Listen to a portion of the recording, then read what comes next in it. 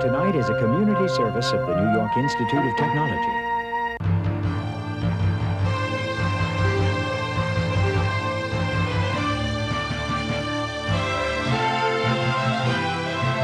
Covering the news of Nassau and Suffolk County's Long Island News Tonight with Ken Eckhart, Carol Peck, and the award-winning LI News team.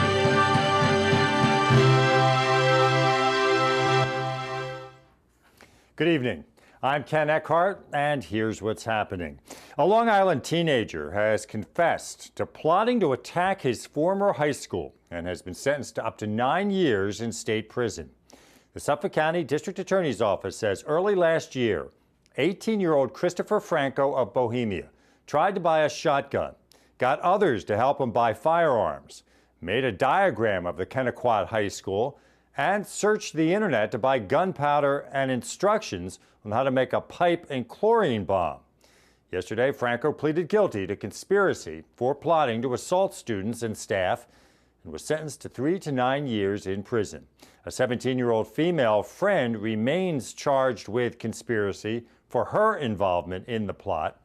Back in 2007, at age 15, Franco was arrested for plotting to attack the same high school. Nassau County Police say a suspect has been arrested in connection with a fatal stabbing at a Hempstead bar back in December. The suspect has been identified as 27-year-old Johnny Nazario Mazarigo of Roosevelt. Officials say 2 people were stabbed at the El Pacifico bar on North Franklin Street back on December 23rd. Police say another man taking the 2 victims to the hospital then got into a car accident, and a police ambulance took the victims the rest of the way to the hospital, where 23-year-old Futako Galindo of Westbury was pronounced dead. The other stabbing victim and those injured in the crash were all treated for non-life-threatening injuries. Mazarigo was arrested yesterday and has been charged with second-degree murder. Suffolk County Police are investigating the death of a high school senior who they say fell asleep after a night of drinking and never woke up. Officials say 18-year-old Matthew Uhas was drinking alcohol with friends at a neighbor's house in East Moriches Saturday night. He reportedly fell asleep at some point and was discovered unresponsive late Sunday morning.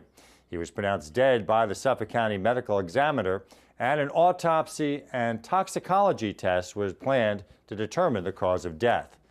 Police wouldn't say whether alcohol was the cause of death. Uhas attended Eastport South Manor Senior High School. The World Bank says global food prices have hit dangerous levels that could contribute to political instability, push millions of people into poverty, and raise the cost of groceries. The bank says in a new report that global food prices have jumped 29% in the past year and are just 3% below the all-time peak that was hit in 2008. Officials say the rising prices have hit people hardest in the developing world because they spend as much as half their income on food. It's estimated higher prices for corn, wheat, and oil have pushed 44 million people into extreme poverty since last June. And the World Bank says it expects food prices to continue to rise, with export bans and weather partly to blame. Well, February is Dental Health Month for kids. But what many people may not know is it's also Dental Health Month for pets. And as Elizabeth Zumba reports, keeping your pet's teeth healthy could help prevent serious health problems later on.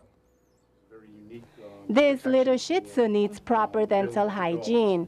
That, according to Central Veterinary Associates, which says pet owners need to pay attention to their pet's dental health.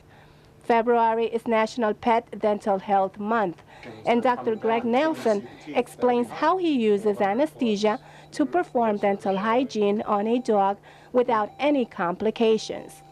He says this boxer has a buildup of plaque on his teeth, and at this point, he says there's nothing a pet owner can do at home. We'll use an ultrasonic scaler above the gum line. We'll scale off all that plaque. I'll use some hand instruments, get below the gum line, and dig out any calculus there. We'll seal the teeth with fluoride and put you right on a nice even playing field. Dr. John Charas is also a vet who says bad teeth could lead to serious problems. According to Dr. Charas, it's very important that pet owners bring their dogs to the vet to have dental cleaning to prevent diseases in their bodies. Say it's very common to see that they end up with some valve disease due to the plaque, due to the bacteria in the mouth being absorbed into the body forms antibodies that makes a more predilection to cause heart murmurs and things like that, which then slowly lead to a progression of heart disease. Vets suggest brushing your pet's teeth at least twice a week at home. They say it's easier to create this habit while your dog is still a puppy. They also suggest scheduling regular dental checkups and vaccinations once a year, and say if your dog's breath smells or if you notice your pet's gum line getting bigger, then it's time to bring your pet in for a dental cleaning. In Valley Stream, Elizabeth Zumba, LA News Tonight. 2 Queens men are facing forgery charges for allegedly getting their names illegally added to a legitimate credit card account. Police say 27-year-old Nahimes Henderson of Fresh Meadows and 39-year-old David Boynton of Queens tried to charge a $1,300 flat-screen TV at the Sears store at the Green Acres Mall on Saturday afternoon. They allegedly told the clerk they forgot their credit card, but had their IDs to use to verify them as holders of the card. Well, store security got suspicious and discovered the two had their names added illegally to that card. Henderson was also found to have a stolen credit card with him, and a credit card encoding machine was found in their rental vehicle. The parent company of the New York Stock Exchange says it has agreed to combine with the operator of the Frankfurt Stock Exchange, Deutsche Börse. The deal announced today will create the world's largest financial exchange owner. NYSE Euronext's revenues have fallen recently because of competition from cheaper computerized stock exchanges in the U.S. and Europe. Many other global stock exchanges have also combined to save costs. The boards of both exchange owners signed off on the deal, but it must still be approved by shareholders and by regulators. And speaking of the stock exchange, it was a down day on Wall Street today. The Dow finished down 41.5 points. NASDAQ was down almost 13 points, and the S&P was down 4 1/3 points. NYIT's LI News Tonight continues after this.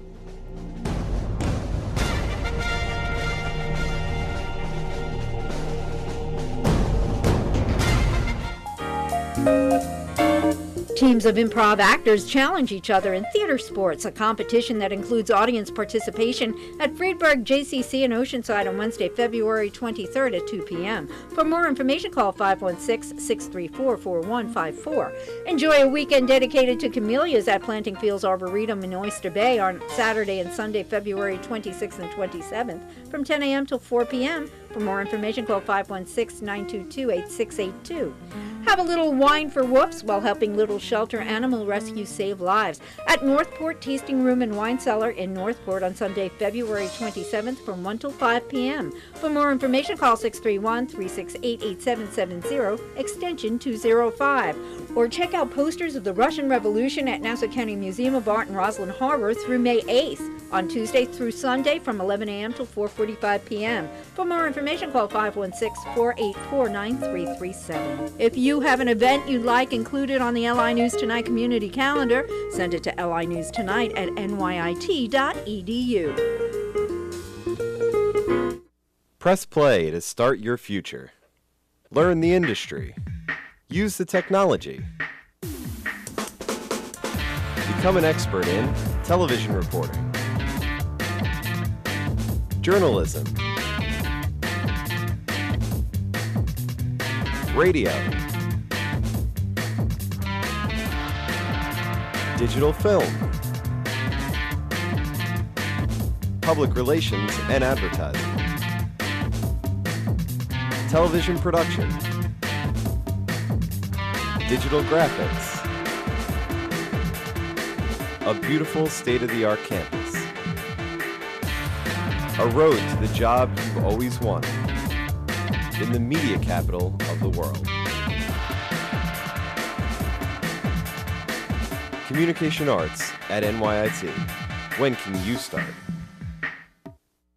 Some of the top headlines from around the world today. Egypt's long-banned Muslim Brotherhood says it will form a political party once democracy is established.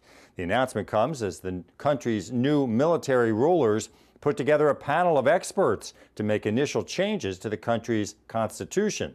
Among the panel's members is a former lawmaker from the Brotherhood who is seen as part of the reformist wing. The panel will have 10 days to draft changes that would end the monopoly on power that ousted President Hosni Mubarak's ruling party once held and clear the way for democratic elections later this year. Generals from the ruling Armed Forces Supreme Council say the military wants to hand power to a government and elected president within 6 months. Egypt-inspired demonstrations today gripped the country of Bahrain for a second day. Thousands of protesters gathered in the Gulf nation's capital as security forces appeared to hold back as the crowds poured into Pearl Square in Manama. The dramatic move today came just hours after a second protester died in clashes with police in the strategic island kingdom, which is home to the U.S. Navy's Fifth Fleet. Opposition groups are calling for greater political freedoms and an end to the ruling Sunni monarchy's grip on key decisions and government posts.